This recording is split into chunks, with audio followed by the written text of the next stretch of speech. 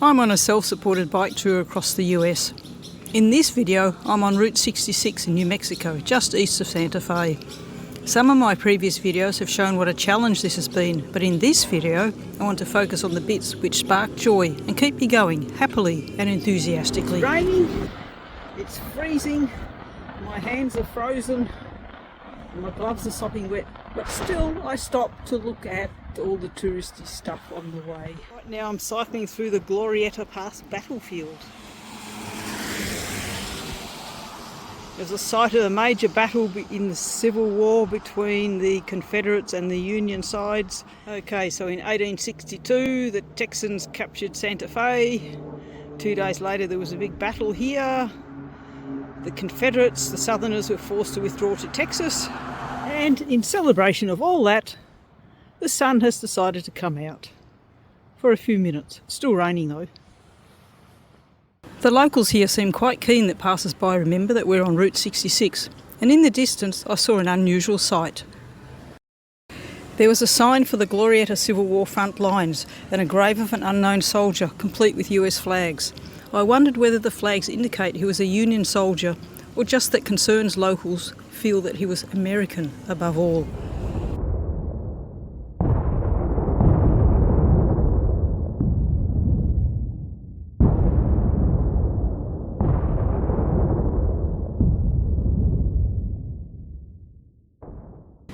Then I found a renovator's delight.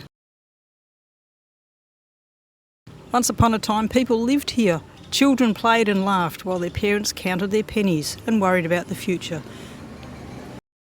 We can see some of the construction here, the split logs and the stones laid for a chimney for the fireplace. It's very sad that the building is falling down like that.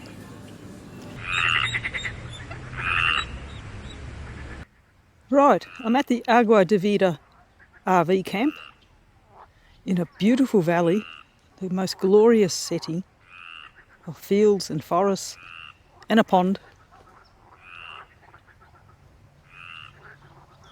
There's my tent. It's been raining the last few days, so everything's rather wet and soggy. And over there's the pond. This is the pond. Last night it was just full-on frog chorus. At the moment it's quite still, there's just some birds fluttering around. Because the rain has stopped and the air is really still, the water surface is also mirror-like. And you can see the reflections of the trees. It's really rather beautiful.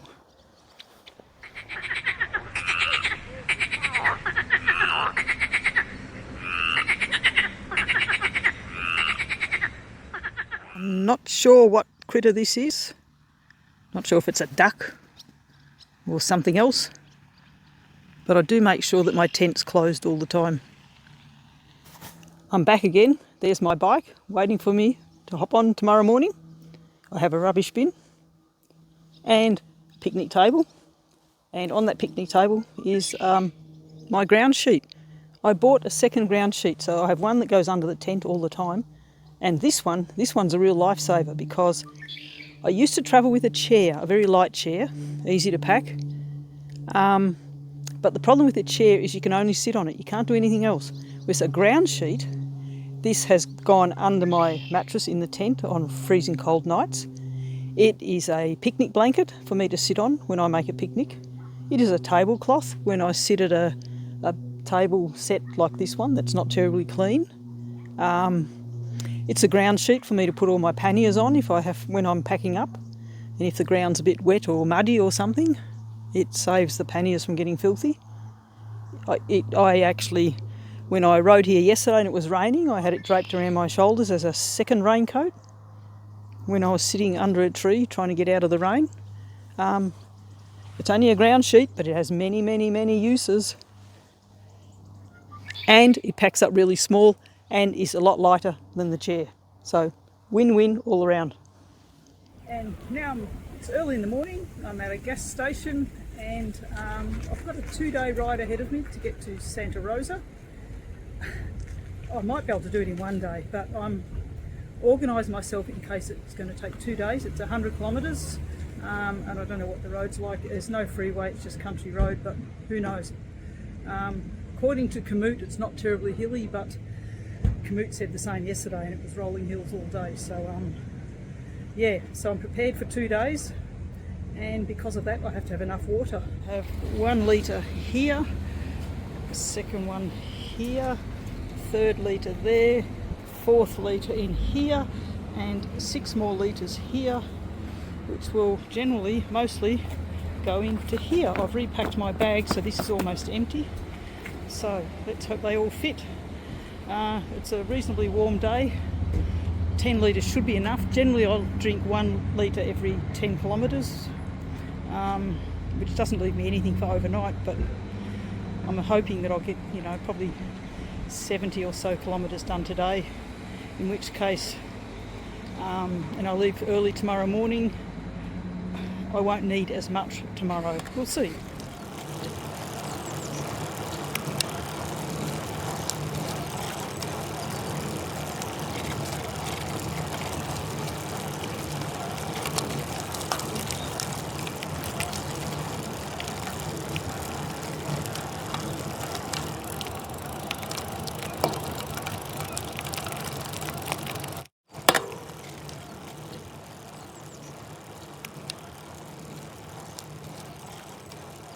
When you're cycling for hours on what's supposed to be a quiet country road, there's a lot of time to think deep and meaningful thoughts and ask very deep and meaningful questions, and sometimes, but rarely, get answers.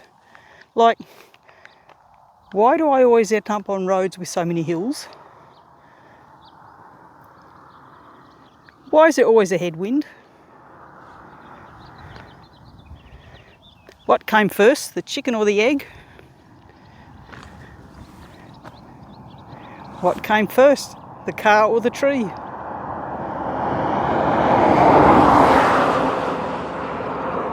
And last but not least, why is there so much traffic on this road every time I want to make film a clip?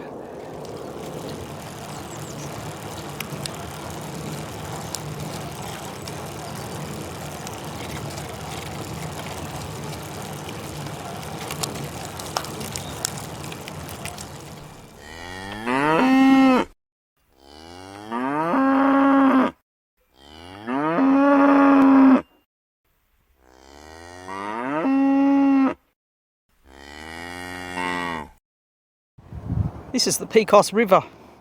I crossed it yesterday. Yeah. But yesterday it was in a much steeper valley. Steep ride down, across the river, steep ride up, well, steep push up. Look how much water is in it, and how brown the water is. Anyway, all that water's from the rain and the hail and the sleet and everything that we had at Santa Fe just a few days ago, and at Roe when I was camping in the mud. So I look at my bike and I look at the river and I think, why did I ride my bike all this way? If I was a bit more organised, I would have got a canoe, chucked everything in it and floated downstream.